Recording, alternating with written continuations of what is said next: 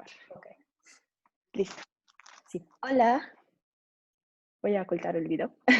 Em, pues soy Mariana y yo voy a estudiar animación y arte digital. Por lo tanto, mi presentación va a abarcar el tema de arte conceptual y otras cosas de animación, porque todavía no me decido qué concentración de mi carrera quiero, si quiero irme a arte conceptual o irme a animación. Entonces, ahorita les voy a compartir un poco de esta pasión que tengo por el arte conceptual y la animación en general. Bueno, Chris Metzen, este guionista de Warcraft, dice que no existe la originalidad, solo un buen giro. Claro que él lo dijo en inglés, ¿no? Pero se me hace súper interesante porque es algo que siempre nos repiten y nos han dicho, que es que todo lo que vayas a crear ya no es nada original. Ya ha existido y ya alguien más lo ha creado por ti. Entonces, lo que tienes que hacer es crear algo interesante a partir de ello para que la gente se siga interesando en ver tu contenido, ¿no? Bueno, y dentro de lo que abarca arte conceptual está un pequeño grupo de personas que se dedican a diseñar personajes, ¿no? Y los personajes son muy importantes. Sergio Pablos, el director de Klaus, dice que los personajes son nuestra herramienta para contar una historia, ¿no? Y de este diseño de personajes existen 19 principios que no voy a decir y enumerar todos porque no todos son importantes, pero sí los que tienen que ver con más que nada el lenguaje visual, ¿no? Que estuvimos viendo en la clase. Bueno, el primero de estos y el más importante es la personalidad. Es que somos lo que hacemos y la personalidad se refleja en nuestro físico. Son atributos físicos y psicológicos, ¿no? Los físicos son los que se pueden ver a primera vista, el género, tu edad, tu ocupación, tu vestimenta, etcétera, ¿no?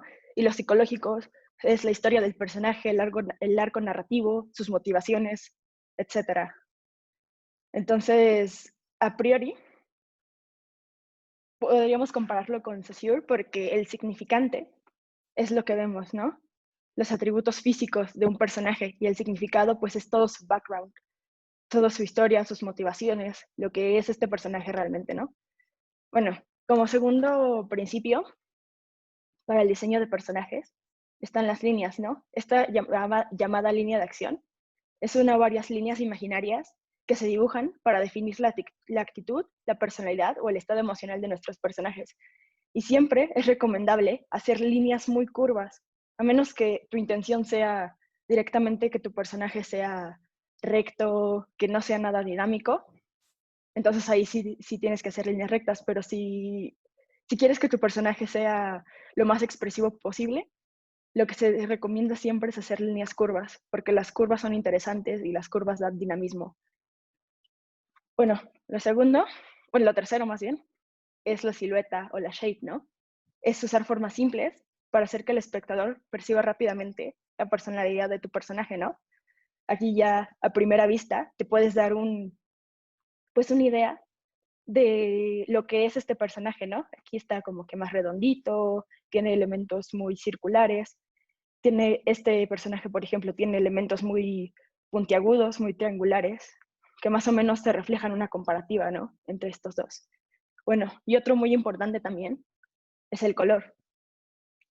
Se divide en dos, ¿no? El color principal y los colores secundarios. El color principal es el que le otorga la personalidad y los colores secundarios complementan y acentúan el principal y generalmente son complementarios o forman triadas de color, como ya hemos visto, o son análogos, como en este caso, ¿no?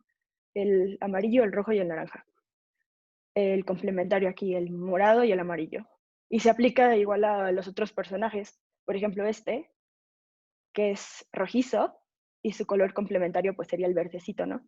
Aquí igual, en diferentes saturaciones y brillos, pues se te da una idea igual de esta teoría del color. Aquí verde y moradito.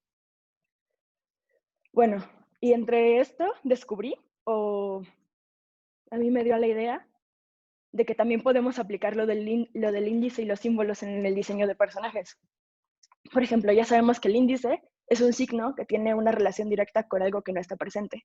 A mí se me ocurrió que rasgos físicos o rasgos en la ropa pueden ser índice de algo que este personaje no nos cuenta a primera vista. Por ejemplo, las cicatrices pueden ser un índice de que este personaje tuvo una backstory bastante triste o una pelea o algo así, ¿no? La sangre, la pierna ortopédica, pues también son índices que nos reflejan algo que le pasó a este personaje. Bueno, y los símbolos que establecen la relación de un signo con una idea. Son más comunes cuando es una saga o es pues es algo que ya sea muy grande. Por ejemplo, aquí la Trifuerza de The Legend of Zelda, que está presente en la ropa del personaje. O aquí el símbolo de la aldea de la hoja, pues en los personajes, ¿no? Que tienen esa característica. Lo que quiero decir es que a veces hay pues sagas o series o universos muy complejos dentro de la animación que es necesario que estos creen sus propios símbolos y su propio lenguaje, ¿no? Para hacer más creíble su universo. Bueno, otro muy importante es la actitud y el acting, qué es lo que está haciendo y cómo se siente al hacerlo, ¿no? La actitud nos indica que debemos dejar clara la idea que sucede en un escenario. Y el acting nos indica sus intenciones o incluso su estado de ánimo. Con el lenguaje corporal, las manos y expresiones faciales deben trabajar de forma coherente con el personaje, ¿no?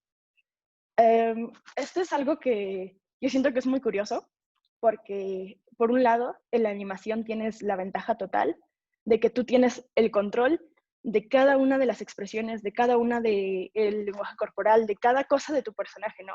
De todo, literalmente de todo, de cómo se va a ver, de cómo va a actuar, de cómo va a ser. Tienes el control de todo, ¿no? Con un actor real no tienes esa clase de control y nunca la vas a tener.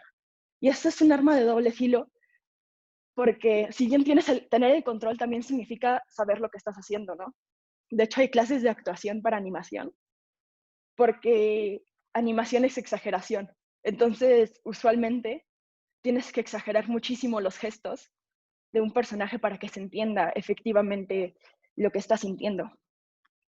Y bueno, pasando a esto, quiero decir que como la animación es expresión, algunas veces unos sintagmas se hacen de forma inefectiva debido a que ignoran por completo pues todas estas reglas anteriores.